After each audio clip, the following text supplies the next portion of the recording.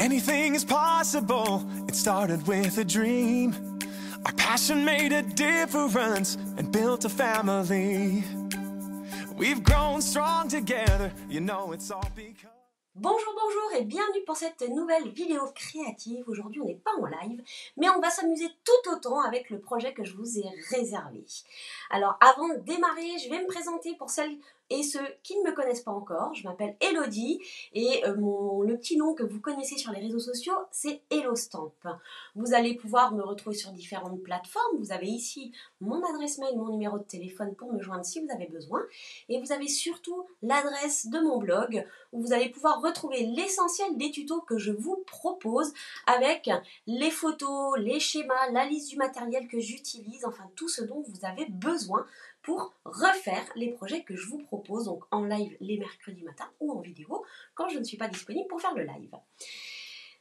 Alors, d'ailleurs, si vous êtes sur YouTube et que vous regardez un replay ou que vous regardez une vidéo préenregistrée, vous pouvez cliquer juste en dessous dans la barre d'information, dans la description, vous aurez le lien qui vous emmènera directement sur l'article du blog lié au tutoriel que je vous propose aujourd'hui. Avant de démarrer, j'ai deux petites informations à vous donner. La première chose, c'est le mois de juillet, on est en juillet 2024. Au mois de juillet, eh bien, ce sont les jours gagnants chez Stampin' Up et vous pouvez obtenir des coupons de 6 €. En fait, alors c'est plutôt des codes de coupons puisque ça vous est envoyé par mail sous forme de code. À chaque fois que vous passez une commande, par tranche de 60 € d'achat, vous recevrez un coupon de 6 €, en fait un code de coupon de 6 € que vous pourrez donc utiliser au mois d'août. Bien entendu, vous pouvez les cumuler, c'est-à-dire que c'est bien par tranche de 60 € d'achat. Si vous faites une commande et que vous atteignez les 120 € d'achat, vous recevrez un mail avec 2 codes, donc 2 fois 6 € à déduire sur une commande au mois d'août. Vous pouvez déduire un coupon, plusieurs coupons. C'est-à-dire que comme les coupons se cumulent tout le mois de juillet, c'est-à-dire que même si vous faites plusieurs commandes, vous recevrez aussi des coupons. Si vous faites des commandes par multiple de 60, vous recevrez plusieurs coupons. Vous pouvez tous les cumuler et les utiliser tous ensemble sur une même commande au mois d'août ou sur plusieurs commandes, comme vous le souhaitez. Donc ça, c'est super chouette. Donc on fait la fourmi au mois de juillet, on cumule tout, on les met de côté et on se fait plaisir au mois d'août. Ensuite, depuis le 3 juillet, on a plein de belles nouveautés qui sont arrivées dans la boutique en ligne. Ce sont des exclusivités en ligne qui ne sont pas dans les catalogues. Donc, je vous invite vraiment à aller donc sur la boutique en ligne Stampin' Up et regarder les exclusivités avec plein de nouveaux produits, des tampons, des collections, des papiers, des poinçons, bref, plein de choses qui sont super chouettes. Donc, c'est arrivé le 3 juillet. Bien entendu, il n'y a pas une période bien définie en fait, au mois d'août, au mois de septembre, octobre, novembre, etc. Les produits sont là jusqu'à rupture des stocks, donc ils sont là pour un petit moment avec nous, mais ça fait des jolies nouveautés, on aime bien avoir des nouveautés lorsqu'on scrape.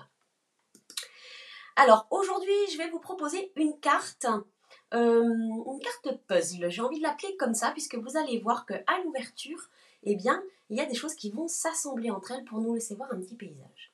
Je retourne ma caméra et je vous montre tout ça. Donc voilà la carte que je vous propose avec la collection Allée des canards, je crois. Oui, je crois que c'est ça. Donc regardez cette petite carte, donc je l'ai appelée carte puzzle puisque vous pouvez voir ici qu'il y a des sections qui s'emboîtent les unes dans les autres. Et donc quand on va l'ouvrir, donc là j'ai un petit ruban qui va coulisser juste là derrière l'étiquette. Alors c'est pas comme ça qu'on l'ouvre normalement, ça serait plutôt comme ceci. Donc c'est pour ça que le ruban il coulisse. On pourrait aussi l'ouvrir comme ça, sans aucun problème.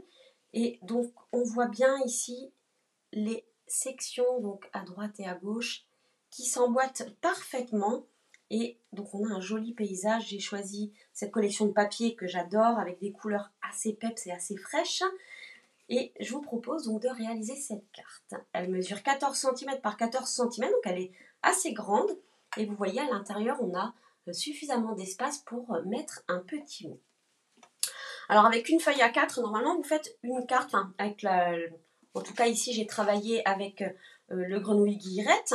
Alors ici pour le pan ça va être des chutes, mais en tout cas pour la base de carte et les petits pans qui vont venir ici, avec une feuille A4 vous avez de quoi faire.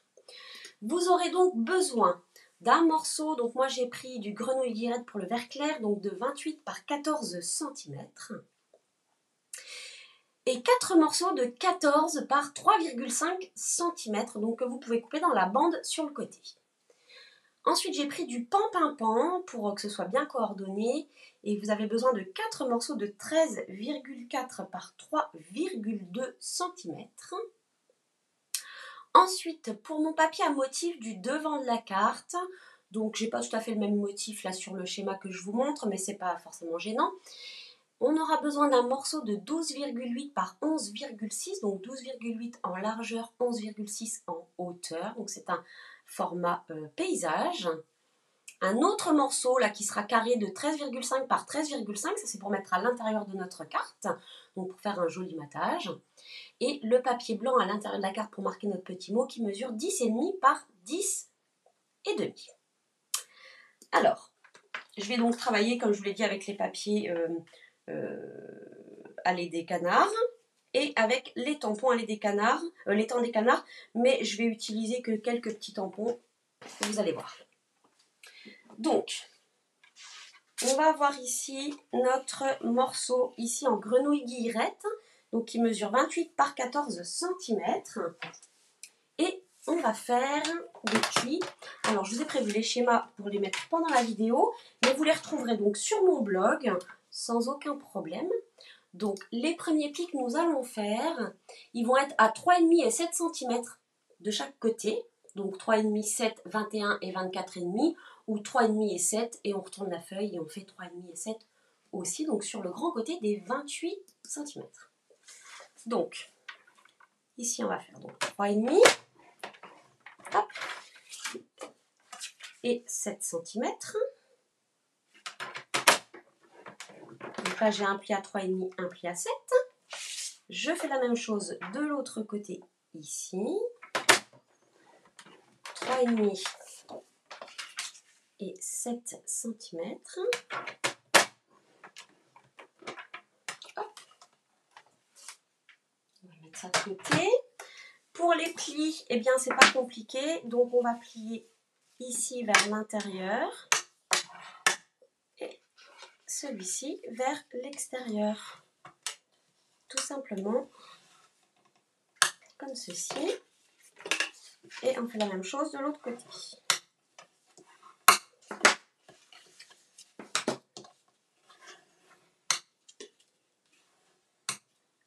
Voilà, donc là on a notre base de carte sur laquelle on fera donc notre assemblage pour le puzzle ici à l'intérieur. Ensuite, donc je vous ai dit ensuite qu'il nous fallait donc 4 morceaux qui mesurent 14 par 3,5 cm. Et ces 4 morceaux-là, donc on va les couper. On va en couper un à 4,9, un à 6,3, un à 7,7 et un à 9,1. Je vous laisse un petit peu ça à l'écran. Alors l'avantage c'est que comme c'est une vidéo enregistrée, vous pouvez faire pause pour voir les mesures. Hop, je reviens avec vous.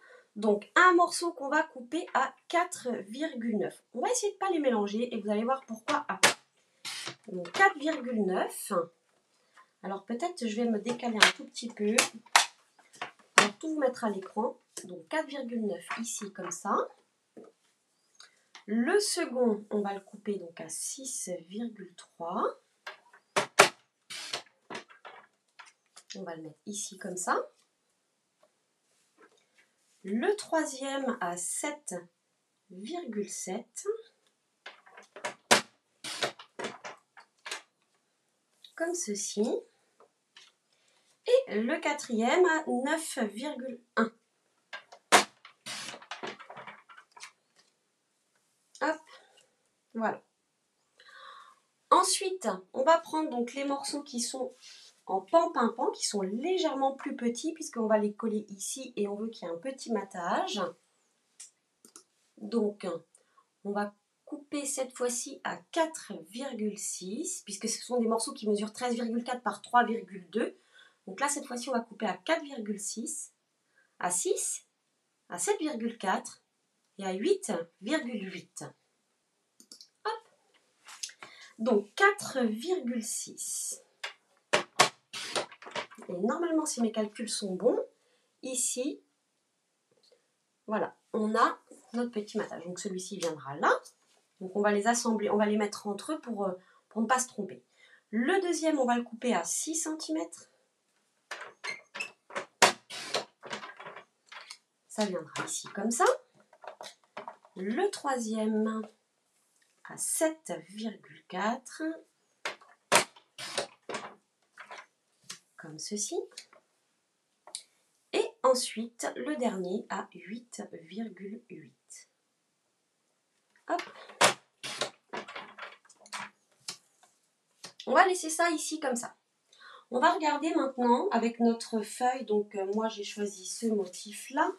Avec la petite grenouille ici, la fleur de nénuphar et le petit poisson ici en haut. Donc cette feuille mesure, je vous la mets ici, 12,8 en largeur et 11,6 en hauteur. Et en fait, tout simplement, on va couper 4 bandes. Donc dans la largeur, dans la hauteur plutôt. On va couper 4 bandes de 2,9 cm. Elles sont égales. Donc tout simplement, on va faire comme ça. Donc 2,9. Ensuite 2,9 encore une fois. Voilà, encore 2,9.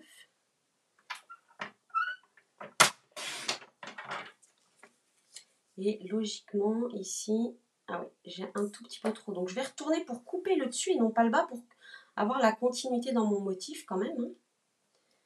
Hop, voilà. Je vais mettre bien droite. Voilà, j'avais pas grand chose, je devais avoir un tout petit millimètre, peut-être même pas, peut-être un demi-millimètre en trop. Donc là, j'ai mes 4 bandes. Donc ça va aller comme ça. Ah, pardon. Hop, je suis désolée, je vous avais laissé le motif. Donc voilà, j'ai mes 4 bandes. Donc là, j'ai coupé juste un tout petit millimètre en haut. Hop, on va faire comme ça. Et je vais prendre donc mes 4 bandes. Vous ne les voyez pas à l'écran parce que c'est trop petit. Hop, on va faire comme ça. Voilà, là, vous voyez les 4 bandes. Chacune des 4 bandes, on va aussi les couper pour venir les mettre ici sur ce qu'on a déjà préparé. Et cette fois-ci, on va venir couper la première du dessus donc à 4,3, la deuxième en descendant à 5,7, ensuite 7,1 et ensuite 8,5. Donc attention de les prendre bien dans l'ordre. Donc 4,3 c'est celle du dessus. 4,3 et je vais bien venir mettre mes motifs ici comme ceci. Ensuite 5,7. En fait c'est surtout à cette avec les découpes en fait qu'il faut être bien organisé et ensuite tout va aller tout seul. Ensuite 7,4. Non pardon, je dis des bêtises, 7,1.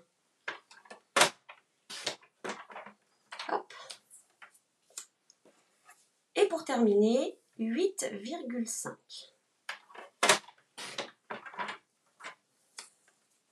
Et voilà. On va pouvoir donc maintenant venir coller tout ça. Hop. Donc là, c'est pas très compliqué. En fait, il va falloir donc assembler tous nos petits morceaux. Donc le pan-pimpant sur le grenouille guillerette et le papier à motif sur le pan-pimpant tout simplement. Moi je commence toujours par le papier à motif qui va venir donc se mettre hop, ici.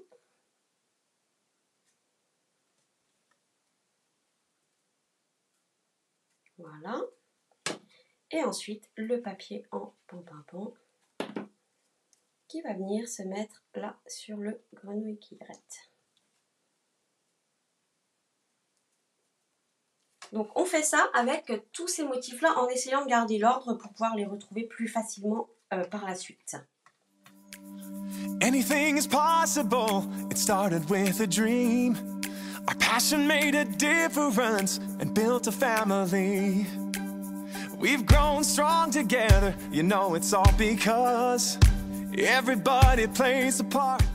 Et voilà le résultat, une fois que j'ai fini de tout coller. Alors c'était un passage un petit peu long, donc je me suis permis de couper ce passage de collage de papier. En fait, je pense que vous aviez compris le principe de coller les papiers à motifs sur le papier pan-pan-pan, sur le papier grenouille-guillerette.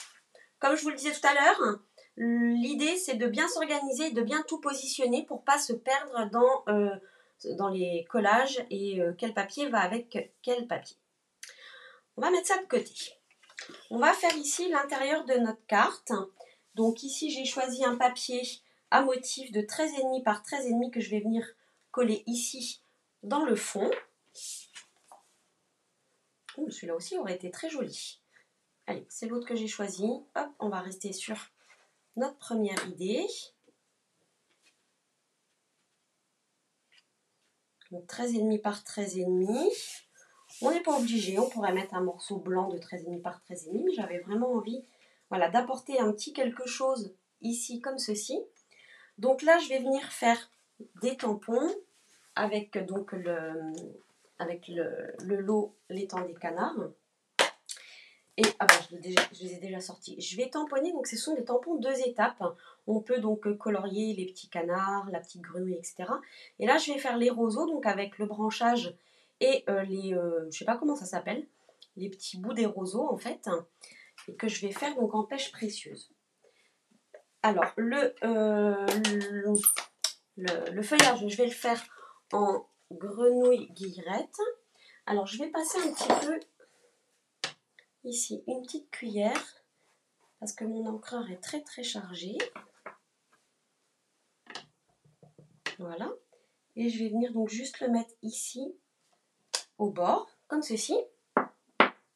Et ensuite, donc je vais venir, on voit ici les emplacements. Ici, il y a un emplacement, ici un là et un là, pour les petits bouts des roseaux. Donc là, je vais faire en pêche précieuse. Et je crois que je vais aussi devoir passer une petite cuillère. Parce que comme il est tout récent, il est très très chargé. Je vais mettre mes cuillères là-bas pour ne pas salir. Et donc ici, eh bien, on va s'amuser à viser, en fait, comme ceci. Voilà, j'espère que je suis en face parce que j'ai pas trop les yeux bien en face.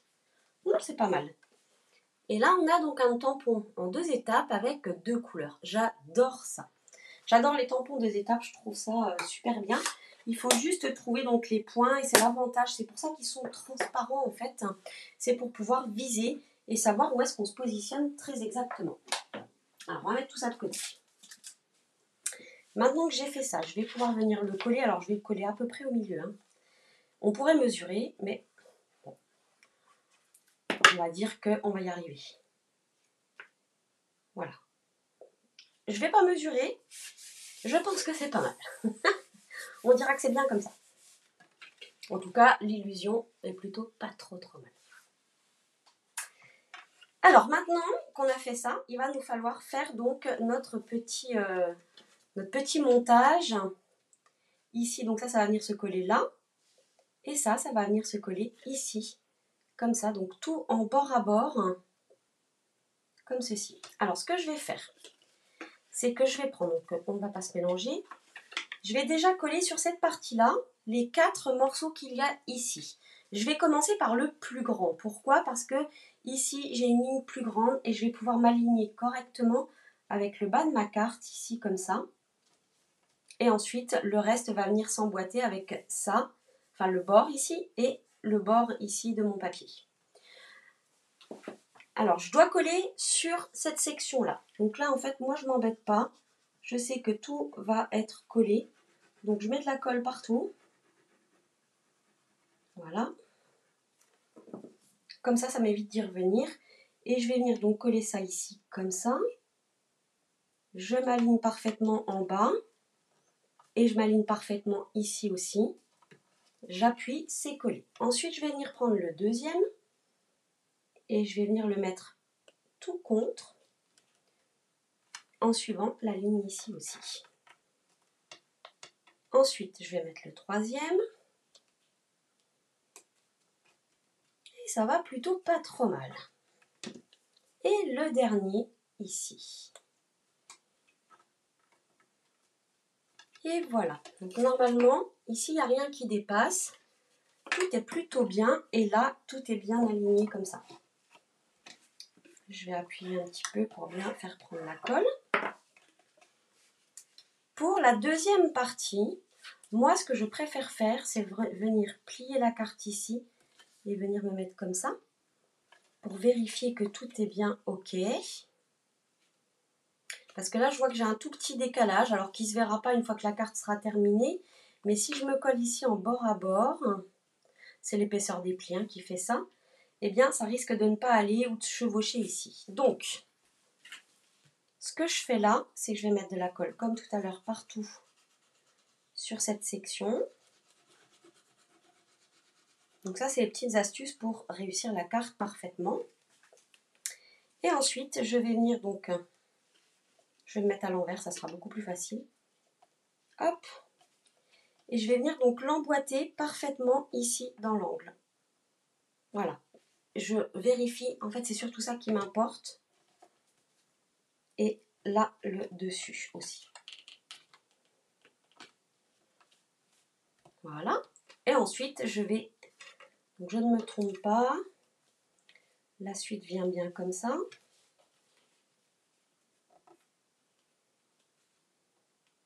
Voilà. Et ensuite, comme ceci. On dirait vraiment un puzzle. Avec des pièces qui viennent s'emboîter. Et la dernière, ici, comme ceci. Hop, on va appuyer. Oups, celle-ci a bougé. Voilà. Voilà, donc l'idée, c'est vraiment de partir d'un bord pour un côté et ensuite de replier et de s'appuyer, donc là, ici, dans les angles, puisque ici, voilà, je vais avoir un petit bout qui dépasse. C'est l'épaisseur de mes traits. Sur l'autre, ça ne dépassait pas, mais voilà, ça va dépendre de la précision qu'on va avoir. Et du coup, moi, j'adore ce principe d'avoir les petits bouts qui se joignent et d'avoir ici, alors on pourrait jouer avec des motifs différents, bien entendu, ou alors tout simplement, eh bien, voilà, faire avec un motif de paysage, des choses qui s'assemblent comme ça fait une carte mosaïque, mais puzzle aussi, puisque les petites pièces s'assemblent comme ceci. Alors maintenant, on va passer à la décoration. Donc, je vais avoir deux choses. Je vais avoir le placement de mon ruban et la petite étiquette ici que j'ai réalisée, ici, avec la perforatrice hexagone chaleureux. Sauf que, là, petite astuce supplémentaire, quand je vais venir perforer ici mon étiquette, elle est beaucoup plus grande. Donc en fait, là j'ai une petite astuce parce que je la trouvais vraiment très grande par rapport à ma carte. Enfin, je voulais qu'on voit un peu plus en détail ma carte. Donc là, je vais venir tamponner mon message, qui est donc dans le set de tampons « Bonjour toi » ici. Je vais le tamponner plutôt sur le bas de mon étiquette. Alors, attendez, je crois que il faut encore que je décharge mon encreur. Ils sont assez chargés en ce moment. Hop, entre les neufs et ceux que j'ai rechargés récemment. Voilà. Donc, je vais venir tamponner mon étiquette plutôt sur le bas, comme ceci. Et je vais venir donc couper le supplément. Pour venir couper le supplément, alors moi j'utilise du post-it, mais ça pourrait être autre chose. Hop. Et je vais venir donc replacer mon étiquette dans la perforatrice en alignant donc les bords ici, celui-là et celui-là, avec le bord de la perforatrice. Donc on va être comme ceci. Hop. Donc voilà mon étiquette. Comme ceci. C'est quand même fabuleux. Hein. Alors, je vais garder ce morceau-là. Parce que, comme j'ai fait un petit matage en rose ici, je voudrais vous montrer. Je vous ai déjà montré comment faire, mais donc je vais redécouper une étiquette en rose. Et ce que je vais faire, c'est que je vais placer. Alors, on va faire comme ça pour vous montrer. Donc je place vraiment ce qui me reste de ce que j'ai découpé de l'étiquette comme ceci. Hop. Il faut que j'en remette un bout derrière. Alors, on va faire comme ça. Donc je le replace exactement où est-ce qu'il est. Et je replace un deuxième morceau de l'autre côté. Donc là, je me retrouve avec donc, le bord blanc qui était découpé en supplément. Et en fait, je vais donc rentrer tout ça dans ma perforatrice. Et je vais découper de la même façon en laissant le bord blanc en fait qui apparaît là. Hop, je fais pour le supprimer. Comme ça, je vais avoir exactement la même découpe. Donc là, voilà ce que j'ai retiré, le blanc et le rose. Ça, on n'en a pas besoin.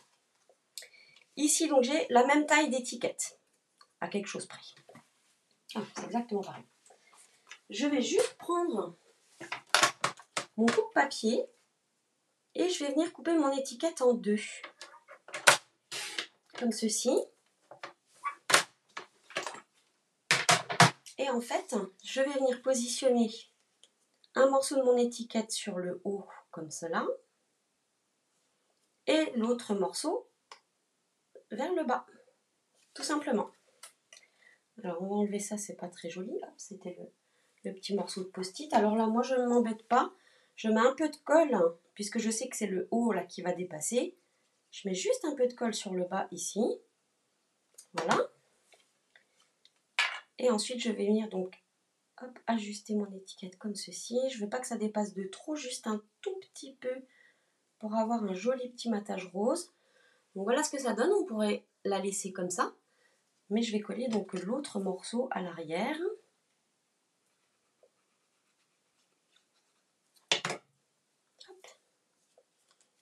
Alors il y a plein de perforatrices avec lesquelles vous pouvez faire ça. Hein, même sans... Là je vous ai montré deux astuces. Réduire l'étiquette et faire le matage. On peut faire soit l'une soit l'autre. Et voilà, donc une belle étiquette avec un joli petit matage en joli rose. Je trouve ça plutôt sympa. Donc à l'arrière, ça nous donne ça. Ça veut dire que c'est la même taille d'étiquette, mais on a fait un matage de cette taille-là. Alors, maintenant je vais regarder où est-ce que je vais mettre mon étiquette. Alors moi j'ai choisi de la mettre plutôt par ici, en fait, parce que je voulais pas cacher ma grenouille, je voulais pas cacher ici ma fleur, ni ici mon poisson. J'aurais pu aussi la mettre là, mais ça faisait très chargé, donc j'ai décidé de la mettre ici. Et pour cela, donc je vais mettre un petit, vous voyez que la carte, elle a tendance à s'ouvrir, alors on pourrait la laisser comme ça, faire un bandeau en papier. Moi j'ai décidé de mettre du ruban, donc en joli rose, puisque là, le rose qu'on a ici, c'est du joli rose. Hop. Alors, ce que je vais faire, c'est que je vais déjà prendre ce dont j'ai besoin. Je pense que ça devrait être suffisant. Voilà. Et je vais regarder, hop, avec un petit crayon de papier, je vais noter le milieu de mon étiquette ici. Voilà. Je vais venir donc mesurer. Hop, j'avais oublié ma règle. Donc là, je suis à peu près à 6 cm, à peu près, un tout petit peu moins de 6 cm. Et donc, comme je voudrais que mon ruban se maintienne bien en place, je vais mettre ici du double face. Hop, comme ça. On va prendre les ciseaux du ruban. Voilà. Et il faut juste que je vérifie où est-ce que je fais mon nœud. Ouais, ça devrait être pas trop mal là. Donc, je vais le laisser comme ça. Hop. Et je vais venir donc coller mon ruban. Alors, que sur l'arrière, hein, bien sûr. Donc, pour coller le ruban droit, en fait, je le tiens de chaque côté. Je le tends correctement. Et hop. Comme ça, il est positionné bien droit. Il me reste à faire un petit nœud par ici. Hop. Alors, si on a un ami pour tenir, mettre le doigt, c'est plus facile. Et là, je n'ai pas d'amis aujourd'hui.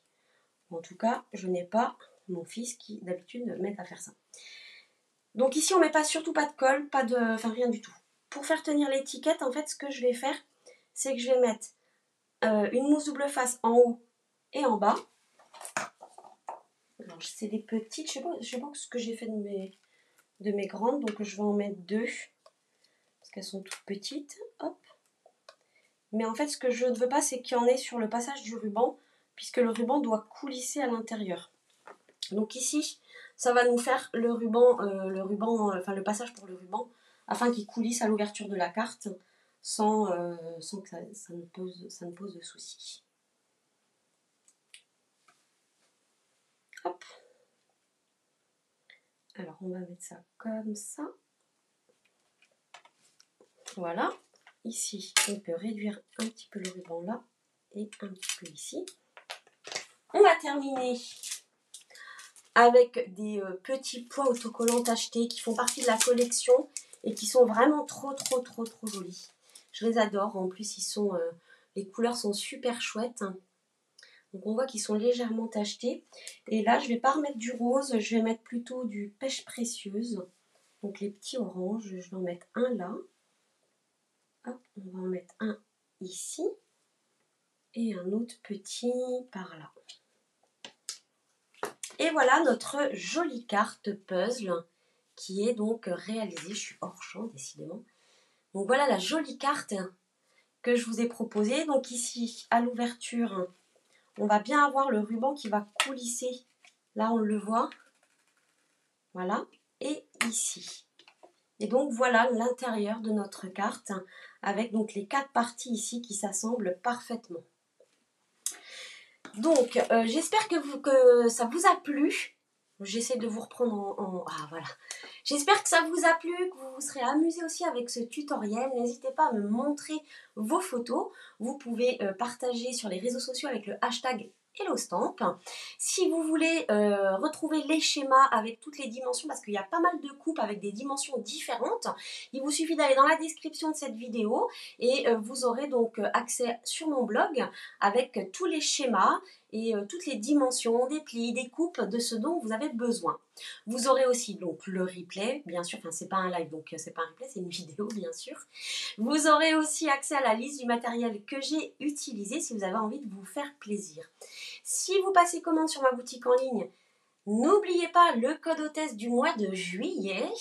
Alors le code hôtesse est à indiquer lorsque vous êtes dans votre panier sous mon nom et mon prénom. Vous pouvez ajouter ce code. Donc si votre commande est inférieure à 200 €, si elle est supérieure à 200 €, je vous invite à ne pas indiquer le code. Vous allez avoir des primes créatives pour vous faire plaisir. Par contre, en indiquant ce code, lorsque votre commande est inférieure à 200 €, vous n'avez pas de prime créative. Mais par contre, je vous envoie un cadeau chez vous avec une carte que j'aurai réalisée juste pour vous. Voilà, je crois que je vous ai tout dit. Je vous souhaite un bon mercredi. Et je vous dis à très bientôt. Bye bye.